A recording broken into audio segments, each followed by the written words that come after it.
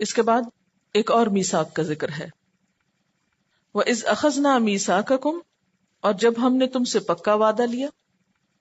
کس بات کا؟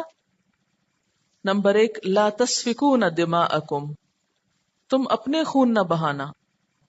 اپنے سے مراد کیا ہے؟ اپنے بھائی بندوں کے، یعنی اپنی قوم کے. ولا تخرجون انفسکم من دیارکم، اور اپنے نفسوں کو، اپنے بھائیوں کو اپنے گھروں سے نہ نکالنا، بے گھر نہ کرنا. ثم، پھر، اقررتم، تم نے اقرار کر لیا، وعدہ کر لیا. کس بات کا؟ کہ نہ خون بہائیں گے اور نہ اپنے بھائیوں کو بے گھر کریں گے. وانتم تشہدون، اور تم خود گواہ ہو کہ تم یہ وعدہ کر چکے ہو. لیکن جب نبھانے کی باری آئی تو تم نے کیا کیا؟ ثم انتم ہؤلاء تقتلون انفسکم، تم تو وہ لوگ ہو کہ جنہوں نے اپنے نفسوں کو، یعنی اپنے ہی بھائیوں کو قتل کیا. تم تو اپنے بھائیوں کو قتل کرتے ہو. وَتُخْرِجُونَ فَرِيقًا مِّنْكُمْ مِّن دِيَارِهِمْ، اور اپنے میں سے ہی ایک گروہ کو ان کے گھروں سے بھی نکال دیتے ہو، یعنی بالکل اپنے کیے ہوئے وعدے کے الٹ کرتے ہو.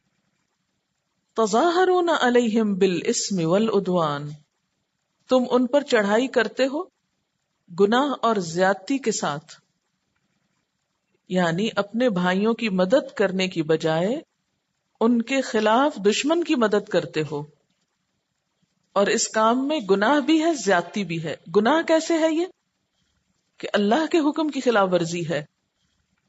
اور زیادتی کیا ہے؟ حقوق العباد کی پامالی ہے، اپنے ہی بھائیوں پر چڑھائی ہے. اور اس کے ساتھ ساتھ مزید یہ کہ احکام الہی کا مذاق اڑاتے ہو. وہ کس طرح؟ وَإِن يَأْتُوكُمْ أُسَارَىٰ، اگر وہ آتے ہیں تمہارے پاس قیدی بن کر، یعنی تمہاری باہم لڑائی میں جب وہ دشمن کے ہاتھوں قید ہو جاتے ہیں، تُفَادُوهُمْ، تو تم فدیہ دے کر ان کو چھڑا لیتے ہو. وَهُوَ مُحَرَّمٌ، حالانکہ وہ حرام کیا گیا تھا، علیکم، تم پر، اخراجہم، ان کا نکالنا. ان کا گھروں سے نکالنا ہی حرام تھا، لیکن اس حکم کو تو تم نے نہیں مانا. ہاں، ایک اور حکم جو تمہیں دیا گیا تھا کہ اگر تمہارا اپنا کوئی بھائی دشمن کے ہاتھوں قید ہو جائے تو فدیہ دے کر چھڑانا، اس حکم پر تم عمل کر لیتے ہو. افتؤمنون ببعض الکتاب، کیا پھر تم کتاب کے بعض حصے پر ایمان لاتے ہو؟ کون سی بات یہاں خاص طور پر؟ کہ بھائیوں کو فدیہ دے کے چھڑاتے ہو. وتکفرون ببعض، اور بعض باتوں کا کفر کرتے ہو. کس بات کا کفر؟ کہ ان کے خون نہ بہانا اور انہیں گھروں سے نہیں نکالنا، یہ بات تم مانتے نہیں ہو. فما جزاؤ، تو کیا سزا ہو، کیا بدلہ ہو، اس کے ساتھ ہونا کیا چاہیے؟ من یفعل ذلک منکم، جو بھی تم میں سے ایسا کام کرے، الا خزی فی الحیات الدنیا، مگر یہ کہ دنیا میں وہ ذلیل و رسوا ہو، خوب اس کی ذلت ہو، بے عزتی ہو. ویوم القیامت، اور قیامت کے دن، یردون الی اشد العذاب، یہ پھیرے جائیں گے شدید عذاب کی طرف. یہ پھیرے کیوں جائیں گے؟ کیونکہ جب یہ عذاب میں ڈالے جائیں گے نا تو اس سے کیا کریں گے؟ نکلنے کی کوشش کریں گے. جب باہر آنے لگیں گے تو پھر لوٹا دیے جائیں گے، یعنی ان کو عذاب سے نکلنے نہ دیا جائے گا، یہ مراد ہے.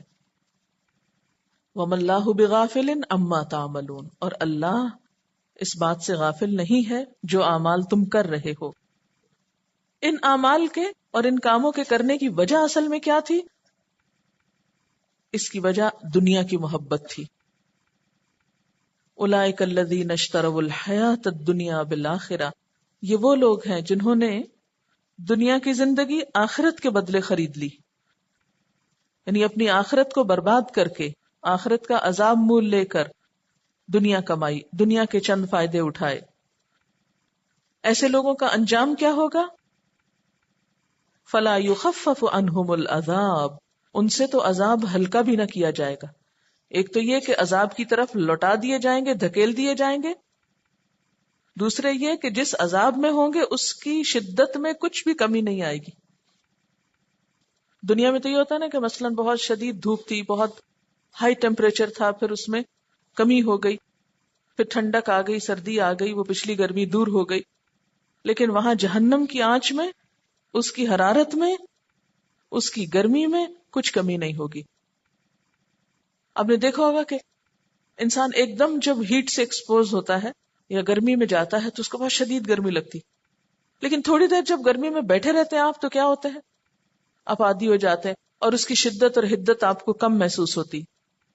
لیکن جہنم میں جو جب تک رہے گا اس کی گرمی کم نہ ہوگی، یعنی اس کے عادی ہو کر اس کے عذاب میں کمی نہ آئے گی. وَلَا هُمْ يُنصَرُونَ، اور نہ وہ مدد دیے جائیں گے، کہیں سے بھی کوئی ان کو چھڑانے نہ آئے گا، کوئی ان کا ساتھ نہ دے گا. یہاں بنیادی طور پر بنی اسرائیل کے ایک خاص عمل کا ذکر ہے. قصہ کچھ یوں ہے کہ نبی صلی اللہ علیہ وسلم جب مدینہ میں تشریف لائے تو آپ کی آمد سے پہلے مدینہ میں کچھ یہودی قبائل رہتے تھے. ان قبائل کے نام آپ نے سن رکھے ہوں گے: بنو قریظہ، بنو نذیر، نذیر نزال سے، نزوئے سے بلکہ دواد سے، اور بنو قینقاع. یہ مشہور قبیلے تھے. انہوں نے اپنے ہمسایہ عربوں کے ساتھ دوستی کر رکھی تھی. اس دوستی کو کہتے ہیں حلیفانہ تعلقات. حلیف کا مطلب ہوتا ہے قسم کھا کر دوست بنانے والا، کہ ہم ساتھ جیے مریں گے. بہت پکی دوستی کی طرف اشارہ ہے. اور کون رہتا تھا مدینہ میں جب آپ تشریف لے گئے تھے؟ اوس اور خزرج. اب ہوا یہ کہ بنو نذیر اور بنو قریظہ نے اوس کے ساتھ حلیفانہ تعلقات قائم کر رکھے تھے، اور بنو قینقاع نے خزرج کے ساتھ. اور یہ سب کچھ کیوں تھا؟ دنیاوی سیاست اور دنیاوی مفادات کی خاطر. یعنی آپس میں گروہ بندی کر رکھی تھی اور دشمنوں کے ساتھ تعلقات قائم کر رکھے تھے، جن تعلقات کو بھی حلیفانہ تعلقات کہا گیا. اس میں کیا تھا کہ اگر تمہارے خلاف کوئی لڑنے کو آئے گا تو ہم تمہاری مدد کریں گے، ہم تمہارا ساتھ دیں گے. اب ہوا کیا کہ جب اوس اور خزرج میں باہم لڑائی ہوئی تو جو اوس کے حلیف تھے، کون تھے وہ؟ بنو نذیر اور بنو قریظہ. وہ کس سے لڑے؟ صرف خزرج سے نہیں بلکہ خزرج کے حلیف بنو قینقاع سے، ان سے بھی لڑ پڑے. ان کے الائنس بن گئے نا وہ. اس چیز سے اللہ تعالیٰ نے ان کو منع کر رکھا تھا. اللہ تعالیٰ نے یہود سے 4 عہد دیے تھے. نمبر 1 کہ وہ ایک دوسرے کا خون نہیں بہائیں گے. نمبر 2 ایک دوسرے کو جلاوطن نہیں کریں گے. نمبر 3 ظلم اور زیادتی پر مدد نہ کریں گے. اور نمبر 4 فدیہ دے کر قیدیوں کو چھڑایا کریں گے. اب ہوا یہ کہ جب دنیاوی تعلقات کی وجہ سے جب اوس اور خزرج کے درمیان باہم جنگ ہوئی تو ان کے جو حلیف قبیلے تھے وہ بھی ساتھ شریک ہو گئے، اور اس طرح یہود بمقابل یہود کے آپس میں لڑ پڑے. اس طرح انہوں نے اللہ تعالی کے کچھ احکامات کی تعمیل نہ کی. کون سے؟ یہ حکم کہ تم ایک دوسرے کا خون نہیں بہاؤ گے. انہوں نے یہ حکم نہیں مانا اور ایک دوسرے کا خون بہایا. پھر اللہ تعالیٰ نے ان کو منع کیا تھا کہ تم ایک دوسرے کو اس کے گھر سے نہیں نکالو گے. تو انہوں نے ایک دوسرے کے خلاف جب جنگ کی تو انہیں ان کے گھروں سے بے گھر کیا. پھر اللہ تعالیٰ کا حکم تھا کہ تم ایک دوسرے کی ظلم اور زیادتی پر مدد نہ کرو گے. لیکن انہوں نے کیا کیا کہ اس حکم کو بھی توڑا. پھر ایک اور حکم تھا کہ تم قیدیوں کو فدیہ دے کر چھڑاؤ گے. تب ہوا یہ کہ جب باہم لڑائی میں ان کے اپنے ہی بھائی ان کے حلیفوں کے ہاتھوں پکڑے گئے تو پھر سارے اکٹھے ہو کر پیسے جمع کر کے ان کو چھڑانے چل پڑے. تو یہ اللہ تعالیٰ کی آیات اور اللہ کی کتاب کے ساتھ مذاق تھا.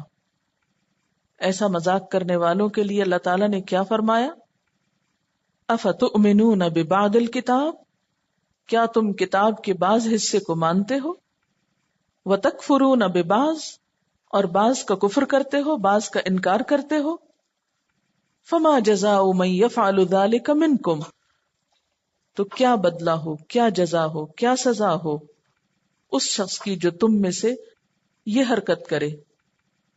کون سی حرکت؟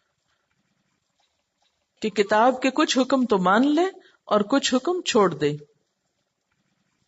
ایسے لوگوں کے لیے کیا ہے؟ الا خزی فی الحیات الدنیا، دنیا کی زندگی میں رسوائی ہے۔ ویوم القیامت، اور قیامت کے دن بھی یردون الی اشد العذاب، ایسے لوگ شدید ترین عذاب میں ڈالے جائیں گے۔ اور اللہ تعالیٰ ایسے لوگوں کی حرکات سے غافل نہیں ہے۔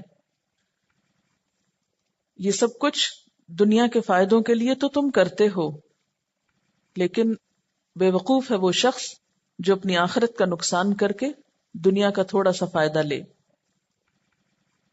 اس کے بعد اللہ تعالیٰ نے بنی اسرائیل کو کچھ اور باتوں کا احساس دلایا۔ وَلَقَدْ آتَيْنَا مُوسَى الْكِتَابَ، ہم نے موسیٰ علیہ السلام کو کتاب دی۔ کس لیے دی تھی وہ کتاب؟ ان کی ہدایت کے لیے، ان کی رہنمائی کے لیے۔ وَقَفَّيْنَا مِن بَعْدِهِ بِالرُّسُلِ، اور آپ کے بعد ہم نے کئی رسول بھیجے، پے در پے، مسلسل۔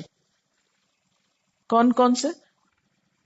ایک تو حضرت موسیٰ علیہ السلام کے فوراً بعد یا ساتھ ہی حضرت ہارون علیہ السلام کو بھیجا گیا، اس کے بعد ذوالکفل علیہ السلام، پھر الیاس علیہ السلام، پھر الیسع، پھر داؤد، پھر سلیمان علیہ السلام، پھر اسی طرح حضرت عزیر، حضرت یونس، حضرت زکریا، حضرت یحییٰ اور حضرت عیسیٰ علیہ السلام۔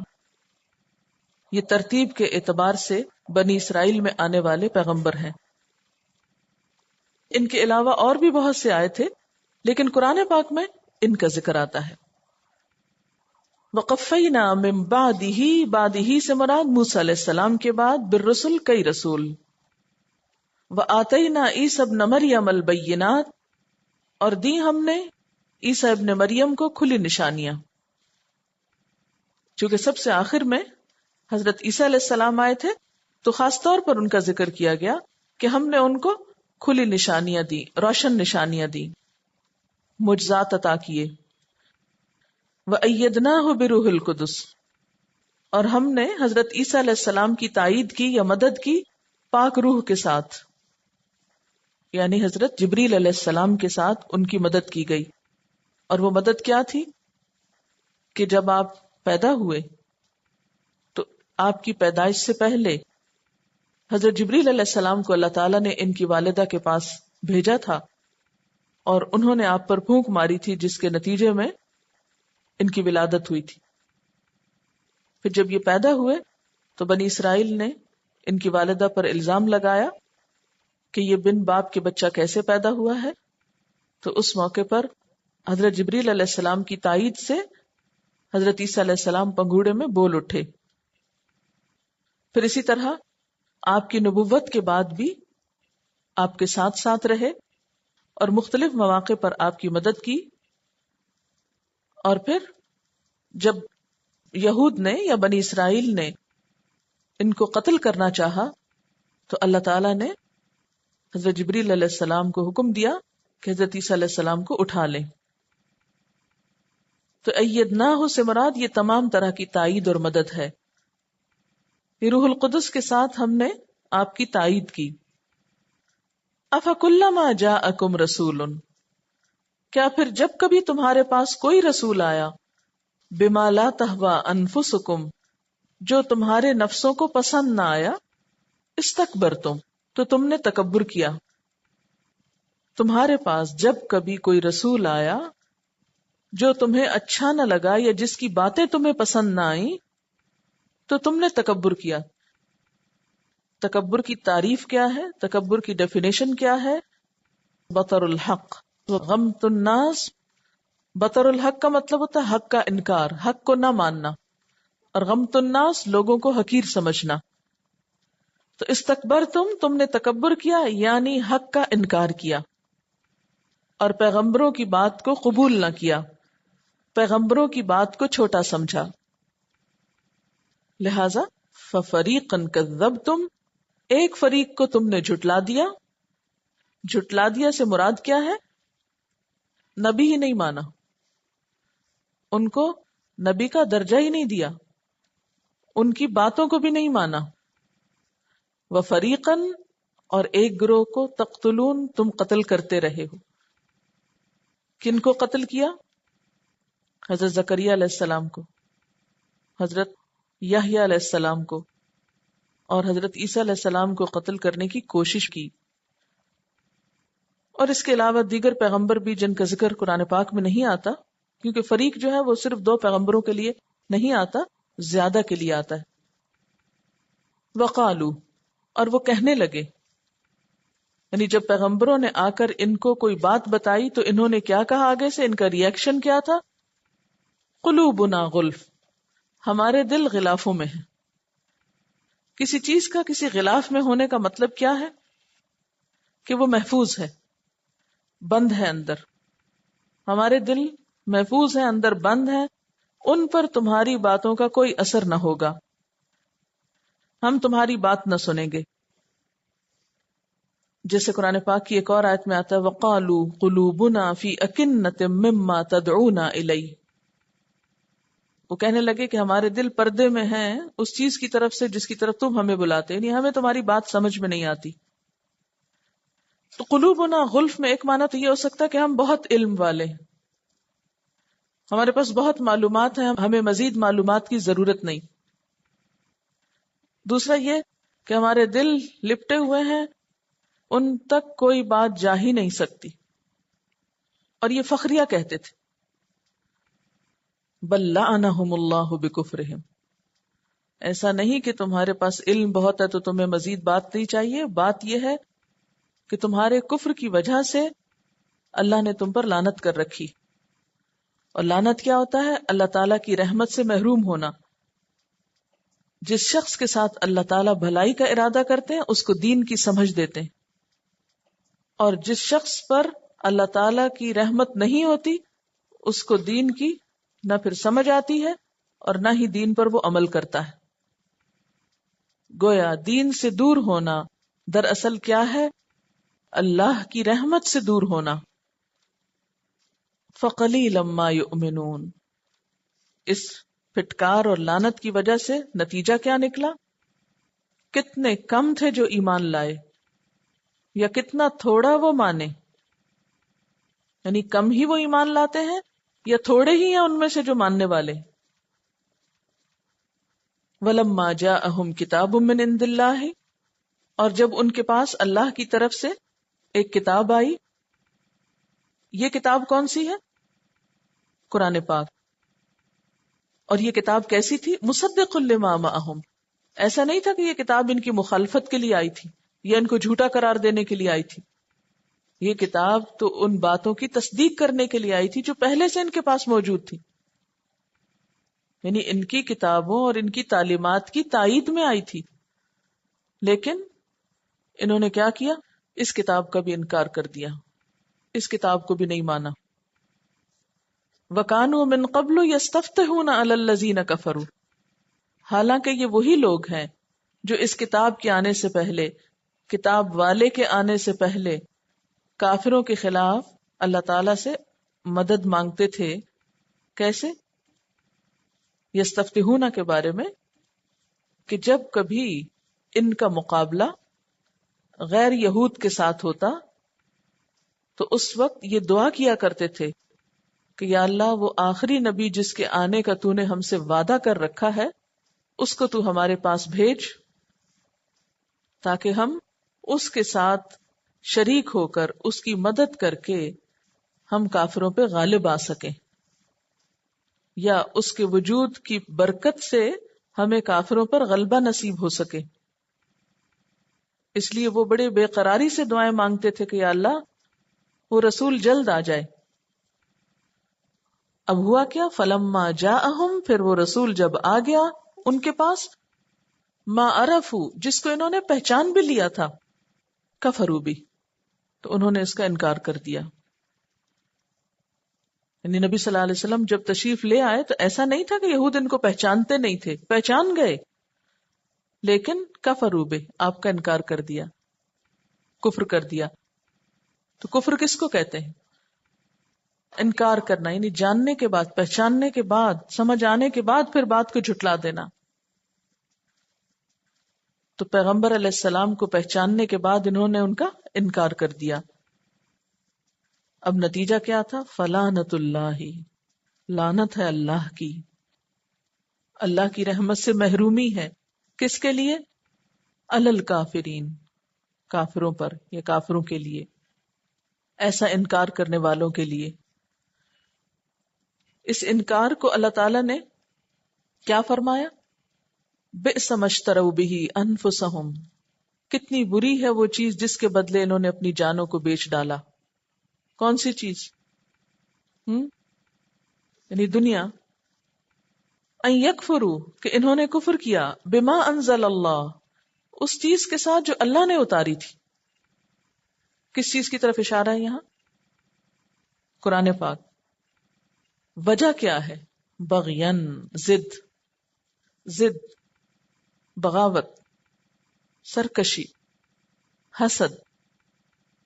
نبی صلی اللہ علیہ وسلم کے آنے کی دعائیں مانگتے تھے، جب آ گئے تو انکار کر دیا. وجہ کیا تھی؟ ضد. کیا ضد تھی؟ کہ یہ بنی اسماعیل میں کیوں آئے ہیں، ہماری قوم میں سے کیوں نہیں آئے، ہماری نسل میں سے کیوں نہیں آئے. کیونکہ وہ اپنے آپ کو بہت نیک سمجھتے تھے، اپنی بڑائی کے خیال میں مبتلا تھے، تکبر میں مبتلا تھے. ان کا خیال یہ تھا کہ دنیا میں بنی اسرائیل ہی صرف وہ قوم ہے کہ جو اللہ کی بہت پیاری ہے، اللہ کی بہت محبوب ہے. اس لیے بنی اسرائیل کے باہر کسی میں بھی کوئی خیر نہیں. ان کو حقیر سمجھتے تھے. عربوں کو تو یہ امی کہتے تھے، ان پڑھ لوگ. فرمایا ضد کی وجہ سے تم پیغمبر کا انکار کرتے ہو. ان ينزل اللہ من فضلہ علی من یشاء، اور ضد تمہاری کس کے ساتھ ہے؟ اللہ تعالیٰ کے ساتھ، کہ اس نے اپنے فضل میں سے، اپنے بندوں میں سے جس پہ اس نے چاہا کیوں اتار دیا. کیا ہمیشہ تم ہی اس فضل کے مستحق ہو؟ پیچھے آیا نا انی فضلتکم علی العالمین، میں نے تمہیں جہان والوں پر فضیلت دی، یعنی تم میں بہت سے پیغمبر بھیجے. تو اب تمہارا کیا خیال ہے کہ اس فضیلت کے مستحق صرف تم ہی لوگ ہو؟ اور اگر یہ فضیلت تمہارے علاوہ کسی اور کو ملی ہے تو تم ضد میں مبتلا ہو گئے ہو. فباؤوا بغضب علی غضب، ان کے اس رویے کی وجہ سے اللہ تعالیٰ ان سے ناراض ہوئے. غضب پر غضب ان پہ ٹوٹا، اللہ کی ناراضگی ان پر آئی. وَلِلْكَافِرِينَ عَذَابٌ مُهِينٌ، اور کافروں کے لیے تو رسوا کرنے والا عذاب ہے. اور نتیجہ کیا ہوا؟ نبی صلی اللہ علیہ وسلم کا انکار، آپ کی نبوت کا انکار ان کو بہت مہنگا پڑا. بنو قریظہ کا انجام کیا ہوا آگے آپ پڑھیں گے. غزوہ خندق کے بعد ان کے اوپر کیا بیتی. بنو نذیر کے ساتھ کیا ہوا، سورۃ الحشر میں اس کی تفصیل آتی ہے. یعنی دنیا میں بھی ان کو بہت رسوائی ہوئی. وَإِذَا قِيلَ لَهُمْ آمِنُوا بِمَا أَنزَلَ اللَّهُ، اور جب ان سے کہا جاتا ہے ایمان لے آؤ اس پہ جو اللہ نے اتارا ہے. اس سے کیا فرق پڑتا ہے اس کا نام تورات ہے یا اس کا نام قرآن ہے؟ بات تو یہ ہے کہ دونوں اللہ ہی کی باتیں ہیں. قالو، تو اس وقت بہانہ کرتے ہیں، نؤمن بما انزل علینا، ہم تو وہ مانیں گے جو ہم پہ آیا. وَيَكْفُرُونَ بِمَا وَرَاءَهُ، اور وہ کفر کر دیتے جو اس کے علاوہ ہوتا. تو گویا ان کے اندر کیا خرابی آ چکی تھی؟ یہ سمجھتے تھے کہ حق صرف ان کے اپنے گروہ یا ان کی اپنی جماعت کے اندر ہے، اس کے باہر کسی اور کے پاس کوئی سچی بات نہیں، کوئی اچھی بات نہیں. ہم تو وہ مانیں گے جو ہماری جماعت میں ہے. اللہ تعالیٰ فرماتے ہیں وَهُوَ الْحَقُّ، جس کا یہ انکار کر رہے ہیں وہ تو سچی بات ہے. کیا چیز؟ قرآن پاک. مصدقا لما معہم، تصدیق کرنے والی ہے اس چیز کی جو ان کے پاس ہے. کیا چیز؟ تورات. قل، آپ کہہ دیجئے، فلم تقتلون انبیاء اللہ، تم اللہ کے نبیوں کو کیوں قتل کرتے رہے ہو، من قبل، اس سے پہلے، ان کنتم مؤمنین، اگر تم واقعی مومن ہو. اب یہ ہے کہ اس دور کے یہود نے تو قتل نہیں کیا تھا، یہ تو ان کے آبا و اجداد قتل کرتے رہے. پھر یہ کیوں کہا گیا کہ تم کیوں قتل کرتے رہے ہو، حالانکہ قصور ان کے باپ دادا کا تھا، پچھلے لوگوں کا تھا. پھر انہیں کیوں بلیم کیا جا رہا ہے؟ کیونکہ یہ اپنے آبا و اجداد کے اس عمل کو برا نہیں کہتے تھے، بلکہ اس پر فخر کرتے تھے. ایک حدیث میں آتا ہے، رسول اللہ صلی اللہ علیہ وسلم نے فرمایا، جب کسی جگہ کوئی گناہ کا کام ہوتا ہے مگر حت المقدور تبلیغ اور اس سے انکار اور نفرت کی جاتی ہے، تو ایسا شخص گویا وہاں موجود نہیں، اور جو شخص وہاں سے غائب ہے مگر اس برے کام کو دل سے چاہتا ہے، تو ایسا شخص گویا وہاں موجود ہے. یعنی ایک شخص نے گناہ کیا، دوسرا اس کو دیکھ کے روکتا ہے، تو ایسا شخص ایسا ہے گویا اس نے گناہ دیکھا ہی نہیں، اس کی اس میں کوئی شراکت نہیں. لیکن ایک شخص نے گناہ کیا بھی نہیں لیکن کسی کے گناہ پہ خوش ہوتا ہے کہ ہاں بہت اچھا کیا اس نے، تو وہ دراصل اس گناہ میں شریک ہے ایک طرح سے. تو چونکہ یہ اپنے آبا و اجداد کے اس قتل پر، اس فعل پر خوش ہوتے تھے کہ انہوں نے بہت اچھا کیا، پیغمبروں کو مارا، تو اس پر پھر انہیں بھی اس میں شریک سمجھا گیا. اب آپ دیکھیں کہ ان کی یہ پالیسی کیسی پالیسی تھی. جیسے شتر مرغ ہوتا ہے نا، شتر مرغ کیا ہوتا مرغ ہے لیکن اس کا قد یا سائز جو ہے وہ اونٹ کی طرح ہوتا ہے، اونچا ہوتا ہے. اونٹ جتنا تو نہیں ہوتا لیکن سب پرندوں میں اونچا ہوتا ہے. تو شتر کہتے ہیں اونٹ کو فارسی میں، اور مرغ کہتے ہیں پرندے کو. تو شتر مرغ جو ہے نہ تو اڑ سکتا ہے اور نہ ہی بوجھ اٹھا سکتا ہے. اگر اس پہ بوجھ لا دیں تو وہ کہتا ہے میں تو پرندہ ہوں، اور اگر اس کو کہا جائے اڑو تو کہتا ہے میں اونٹ ہوں. تو نہ وہ اڑتا ہے نہ وہ بوجھ اٹھاتا ہے، یعنی کسی چیز پہ بھی راضی نہیں، کچھ بھی کرنے کو تیار نہیں. تو اسی طرح کی کچھ ان کی پالیسی تھی. نبی صلی اللہ علیہ وسلم جب دنیا میں تشریف لائے اور آپ نے ان کے سامنے حق رکھا تو انہوں نے کہا کہ ہم نہیں مانیں گے کیونکہ آپ ہمارے گروہ میں سے نہیں، ہمارے قبیلے میں سے نہیں، ہم تو ان کی مانیں گے جو ہمارے قبیلے میں سے آئے ہیں. اس موقع پر اللہ تعالیٰ فرماتے ہیں کہ دیکھو تم نے اپنے انبیاء کے ساتھ کیا کیا، ان کی بات بھی نہیں مانی. اگر تم اپنی اس بات میں سچے ہو کہ ہم تو صرف اس نبی کو مانیں گے جو ہماری قوم میں سے آئے گا، تو پھر تم ان نبیوں کو کیوں قتل کرتے رہے ہو، ان کو کیوں جھٹلاتے رہے ہو جو اس سے پہلے تمہارے ہی قبیلے میں حق لے کر آئے تھے. تو اصل بات یہ نہیں ہے، یہ تو صرف ایک نہ کرنے کا بہانہ تھا. جیسے آپ کو اگر کوئی کام کہا جائے تو آپ کہیں نہیں آج نہیں کل کریں گے، اگر کل پوچھا جائے تو کہا ہے نہیں وہ تو وقت گزر گیا. تو جس نے کچھ کرنا ہوتا ہے وہ اس بات کا انتظار نہیں کرتا کہ کون کیا کہہ رہا ہے، وہ یہ دیکھتا ہے کہ بات کیا ہے اور اس میں میرا بھلا کتنا ہے. اب آپ دیکھیے کہ جو آج کا اہم نقطہ ہے وہ ہے افتؤمنون ببعض الکتاب وتکفرون ببعض، کیا تم کتاب کے بعض حصے کو مانتے ہو اور بعض کا انکار کرتے ہو. اب ہمیں اس آیت کی روشنی میں اپنے عمل کا جائزہ لینا ہے، اور اپنے میں سے بھی میرے کا، بحیثیت قوم ہم کیا کر رہے ہیں اور بحیثیت انسان کے میں کیا کر رہی ہوں. اللہ تعالیٰ پوچھ رہے ہیں، ایک سوال کر رہے ہیں آپ سے. سوال کیا ہے؟ افتؤمنون ببعض الکتاب وتکفرون ببعض، کیا تم کتاب کے بعض حصے کو مانتے اور بعض کو نہیں مانتے. لکھیے سوال، کیا میں قرآن پاک کی تمام تعلیمات کو مانتی ہوں یا کچھ کو نہیں مانتی؟ وہ کون سی باتیں ہیں جو میں اب تک نہیں مانتی حالانکہ وہ قرآن پاک میں لکھی ہوئی ہیں یا میں وہ پڑھ چکی ہوں. اب تک جو کچھ پڑھا ہے آپ نے اب تو آپ کو ازبر ہوگا، تو واقعی جو کچھ آپ نے پڑھا ہے اس سب کو آپ مانتے بھی ہیں، جو احکامات پیچھے گزرے ہیں وہ درست ہے، سچی باتیں. یہ بات ہم زبان سے کہہ رہے ہیں یا عمل سے بھی؟ پیچھے کا پھر ایک دفعہ دوہرا کے دیکھیں کہ مجھے کیا کیا حکم اللہ تعالیٰ نے دیے ہیں کرنے کو، اور ان میں سے کون سی باتیں ہیں جو میں اب تک نہیں کر رہی. خاص طور پر نماز. ٹھیک ہے، اقیم الصلاۃ کا لفظ اب شاید تیسری دفعہ آ رہا ہے. کیا میری نمازیں پوری ہیں؟ اگر مجھ پہ زکوٰۃ فرض ہے تو کیا میں زکوٰۃ دیتی ہوں یا دے چکی ہوں؟ اور اس کے علاوہ بھی باقی تمام چیزیں.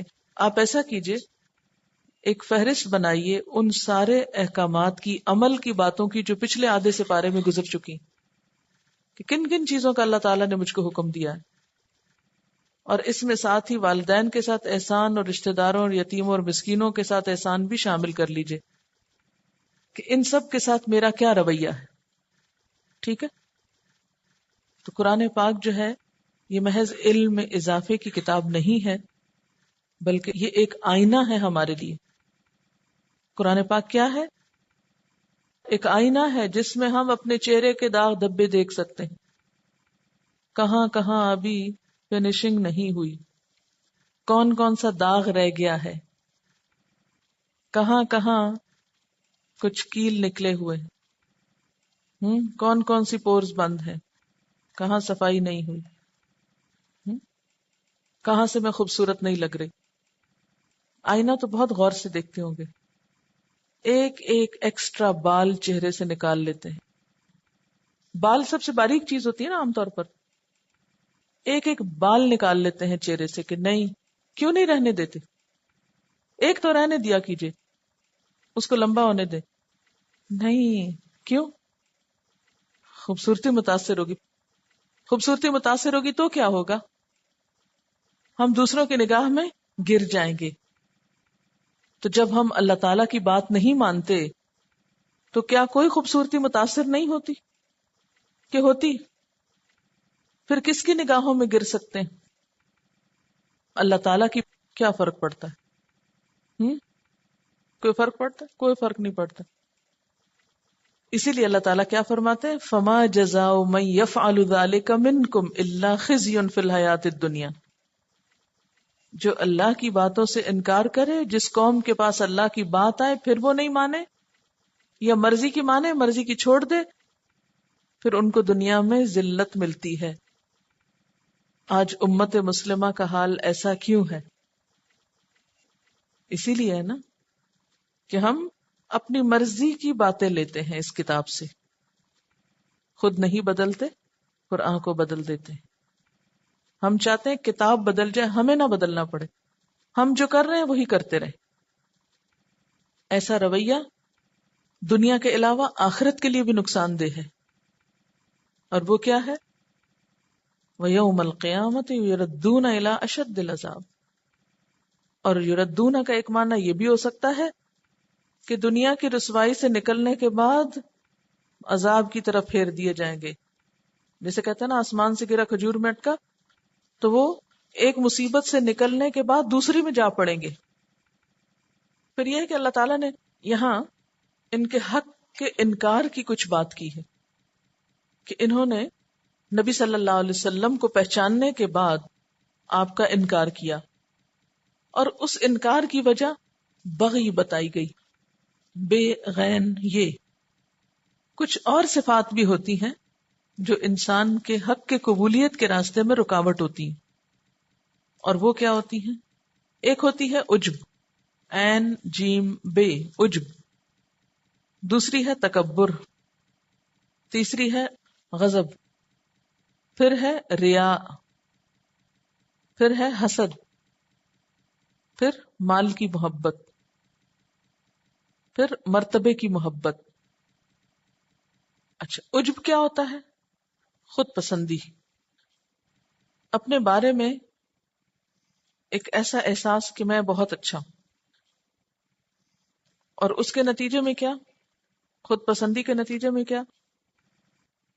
کہ صرف وہ چیز لینا جو خود کو پسند آئے، خود کو بھائے یا خود کو سوٹ کرے، اور ہر چیز چھوڑ دینا کہ جو اس کے خلاف ہو۔ تکبر کیا؟ خود کو بڑی چیز سمجھنا۔ غضب کیا ہے؟ کسی پہ ناراضگی ہے تو اس کی کوئی بات قبول نہ کرنا۔ ریا کیا ہے؟ دکھاوا کرنا۔ جب انسان دکھاوے کا ہر کام کرتا ہے تو پھر حق کو چھوڑ دیتا ہے۔ پھر حسد، کہ جس سے دل خوش نہ ہو اس کی بات کیسے مانی جائے۔ پھر مال کی محبت، اور پھر مرتبے کی محبت۔ مرتبے کی محبت کیا ہوتی؟